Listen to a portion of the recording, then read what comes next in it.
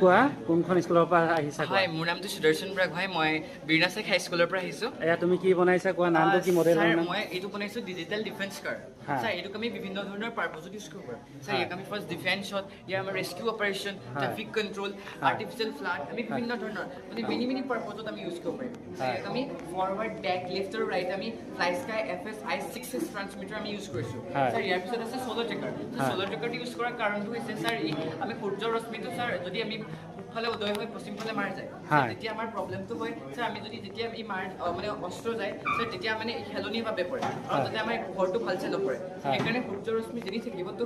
সোলাৰখনো তেনি মুভ কৰিব স্যাৰ তেনেকৈ মুভ কৰাৰ লগে লগে আমাৰ বেটাৰী বেকআপটো চাৰ্জ সম্পূৰ্ণ হোৱাৰ লগে লগে আমাৰ বেটাৰী পাৱাৰটো বেছি দেৰি চলিব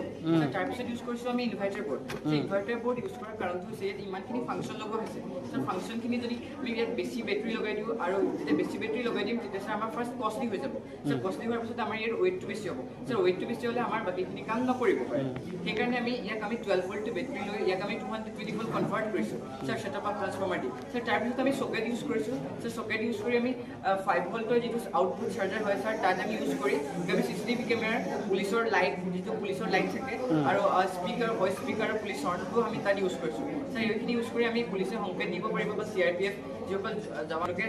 সংকেত দিব পাৰিব দেন তাৰপিছত লগাইছোঁ আমি GPS যিটো মানে গ্লোবেল পজিশ্যন চিষ্টেম মেম এইটো আমি ক'ত পাইছোঁ কি কথা গোটেইখিনি থাকিব ডিটেইলছ ইয়াৰ পিছত আছে LDR লাইট মেম LDR লাইটটো আমাক কেতিয়া লাগে আমাক যেতিয়া ৰাতি হয় আমাক তেতিয়াহে লাইটৰ প্ৰয়োজন হয় বা আন্ধাৰ জেগাত সেইকাৰণে যেতিয়া এখন গাড়ী যদি আন্ধাৰেদি যায় স্যাৰ মেম যেতিয়া অট'মেটিক লাইটটো অন হৈ যাব ইয়াত আমি অফ কৰিব দৰকাৰ নাই আৰু ৰাতি হ'লে অট'মেটিক অন হৈ যাব স্যাৰ তেতিয়া অন হৈ গ'লে আৰু দিনতে চাৰ্জ হ'ব আৰু বেটাৰী চাৰ্জ হোৱাৰ পিছত আৰু এইটো অফ হৈ থাকিব আৰু ৰাতি অট'মেটিক অন হৈ যাব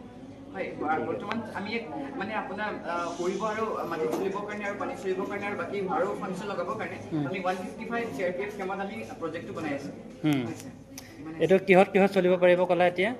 স্যাৰ এতিয়াতো অনলি এইটো মাটিত চলিব হয়। আমি মানে আপগ্ৰেড কৰিছোঁ হয়। মানে আমাৰ ফাৰ্ষ্ট উইক হৈছে স্যাৰ ফাৰ্ষ্ট উইকত আমি মানে আপোনাৰ মাটি চলাটো পুৰা আটাত কমপ্লিট হৈ গ'ল স্যাৰ ইয়াৰ পিছত আমি যদি ফিউচাৰ আপগ্ৰেড কৰিছোঁ তেতিয়া ফ্লাইং কৰিব পাৰিব আৰু পানীত চলিব পাৰিব এইবোৰ চব ৰিমটত চলিবনে ৰিমটত চলিব স্যাৰ তেতিয়া আমি আৰু এটা ইয়াত কানেকশ্যন লগাইছোঁ স্যাৰ এতিয়া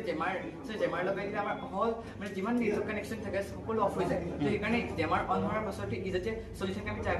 ব্যৱস্থা কৰিছোঁ হয় স্যাৰ ঠিক আছে থেংক ইউ